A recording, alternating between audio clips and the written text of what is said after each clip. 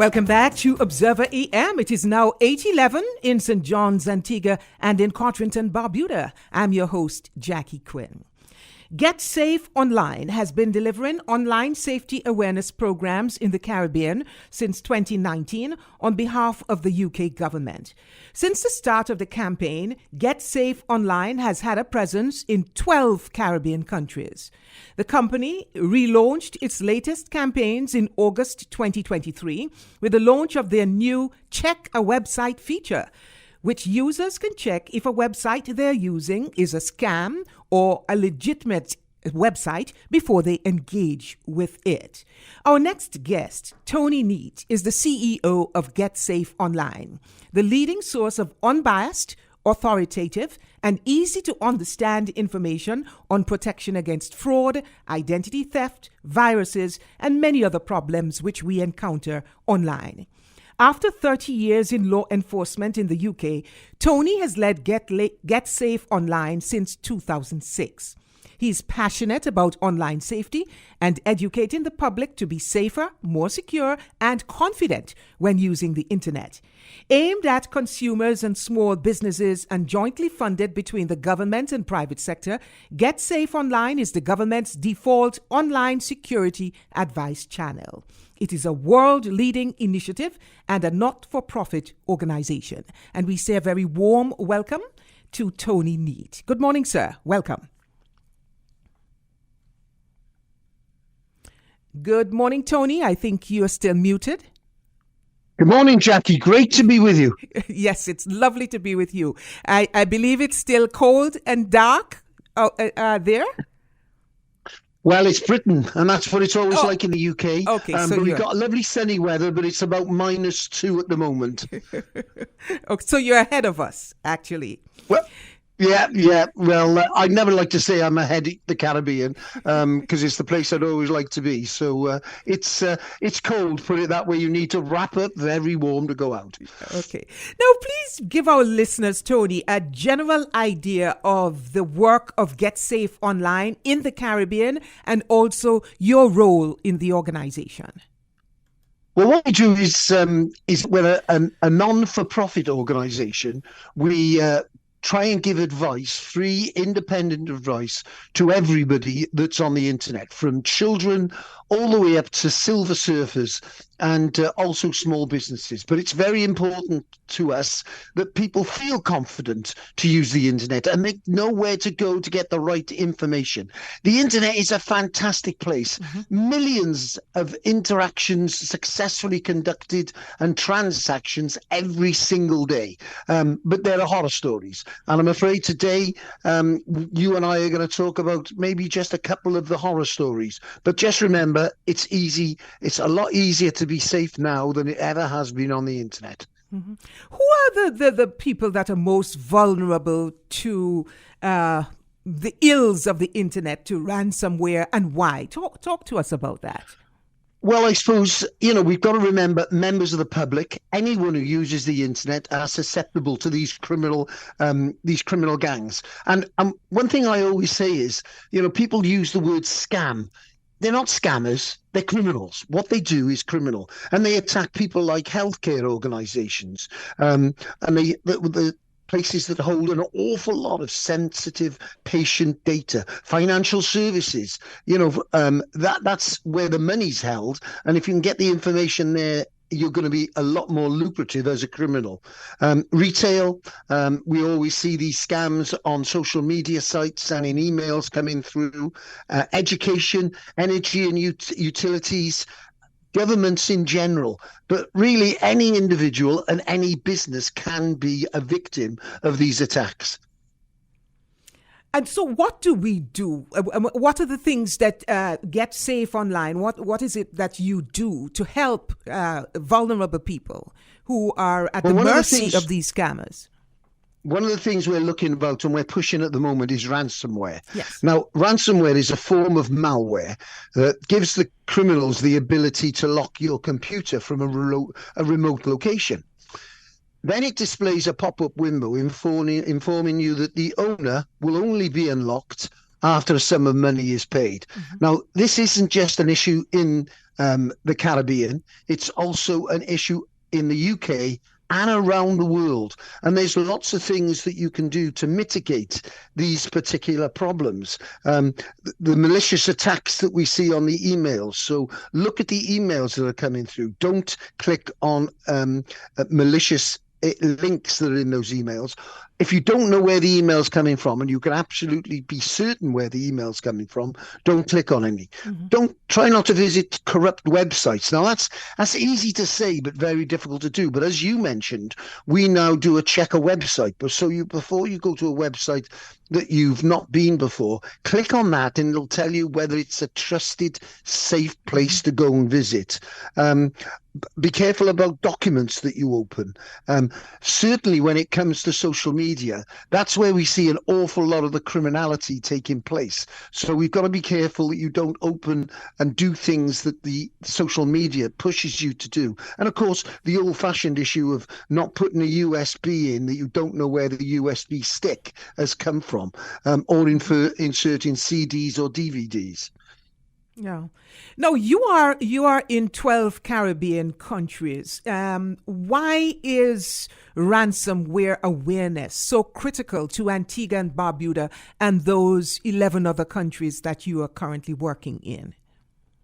Well, it can seriously affect big businesses. And of course, when big businesses are affected, individuals are affected in their own home. So just to give you an idea, Antigua and Barbuda, the Ministry of Information and Technologies really look at this very, very closely and examine what's going on and how it can be stopped. Because big companies have been affected around the Caribbean countries, and it's very important. An attack on PriceSmart, who's allegedly a victim of ransomware, also known as the Alpha Group, they were hit.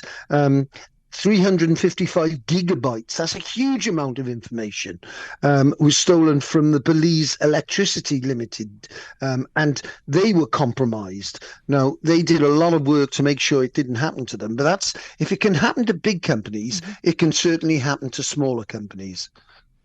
How can businesses, you mentioned some of those big businesses that were hit, how can they position themselves to be protected against ransomware? Well, certainly if you're a big company, you should be using solid security experts to come in and look at your system. If you're smaller, then you've got to make sure that the people in-house, and that's where we see a lot of vulnerabilities, is the actual employees who are not conducting themselves in the proper manner. They're not being criminal. They're maybe just being loose with what they're doing in relation to the efforts. But as I've said, it's not clicking on unsolicited spam, visiting only websites that are reputable.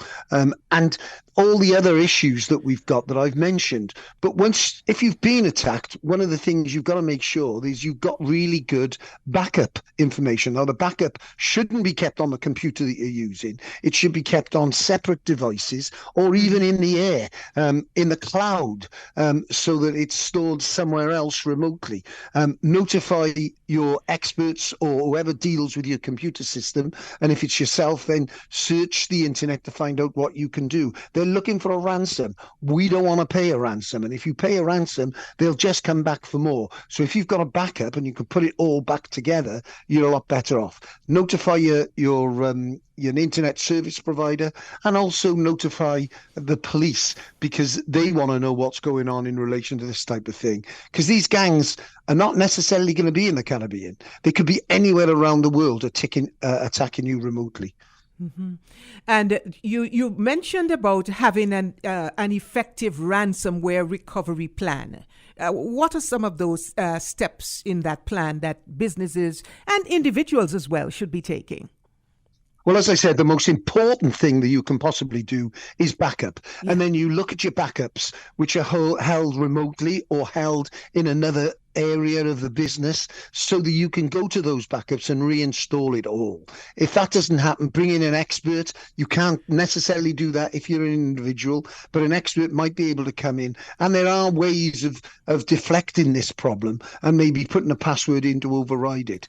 If not, then you really need to look, and you might possibly have to reconfigure your whole system. Now, what we see when successful attacks take place like this is sometimes the companies don't last much longer. They go bankrupt, and they lose everything. That can happen as a result of a big attack. And of course, the money that is paid out, and people do pay out money to get their stuff back, but that only encourages these criminals to do more attacks and to take more people down, and possibly come back to the individual company itself.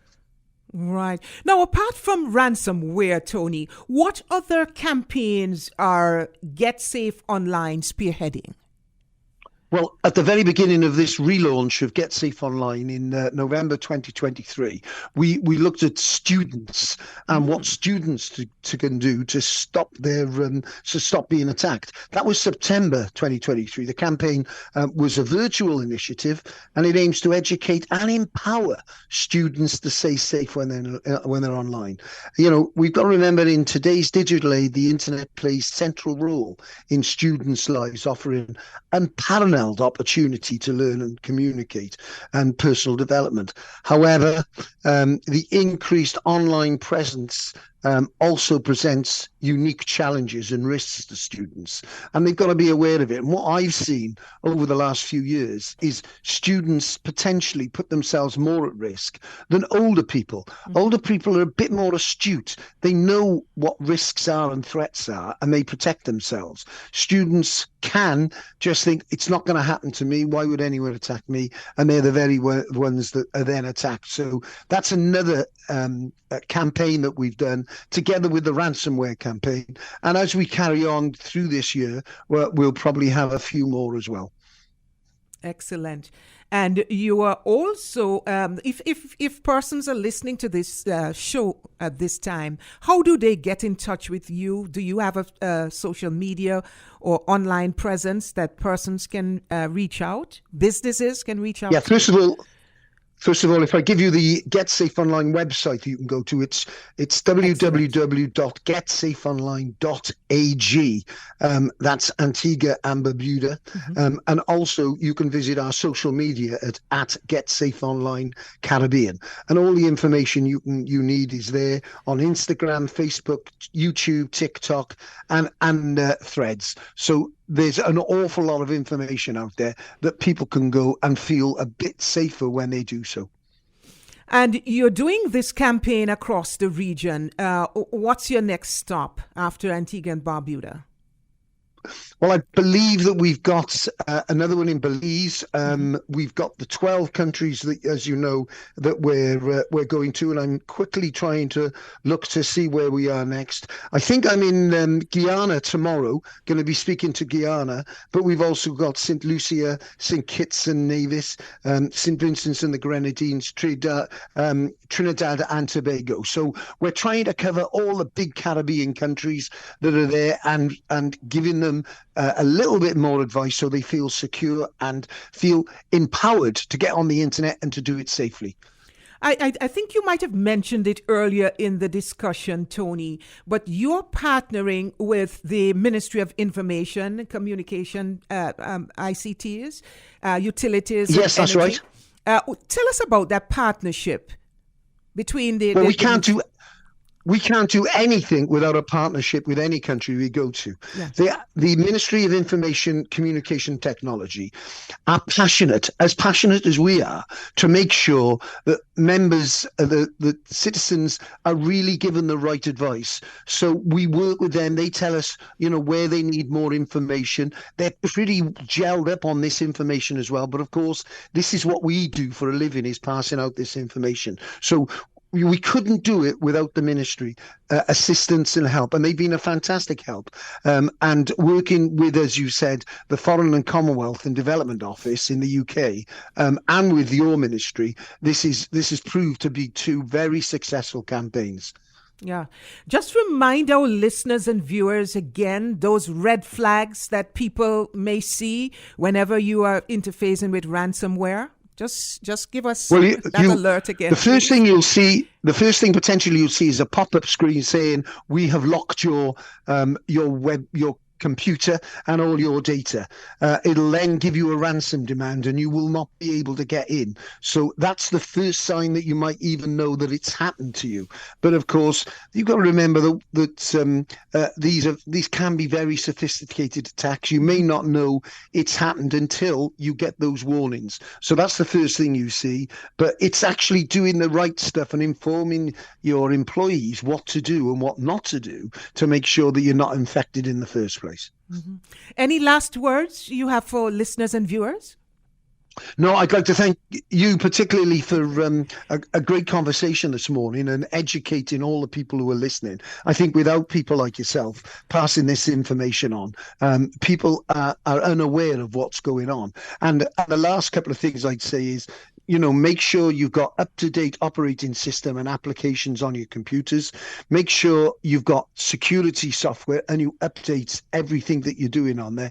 And remember about passwords. Passwords are probably the most important thing. You don't have to change them regularly, but make sure you've got different passwords for different things that you're using it for.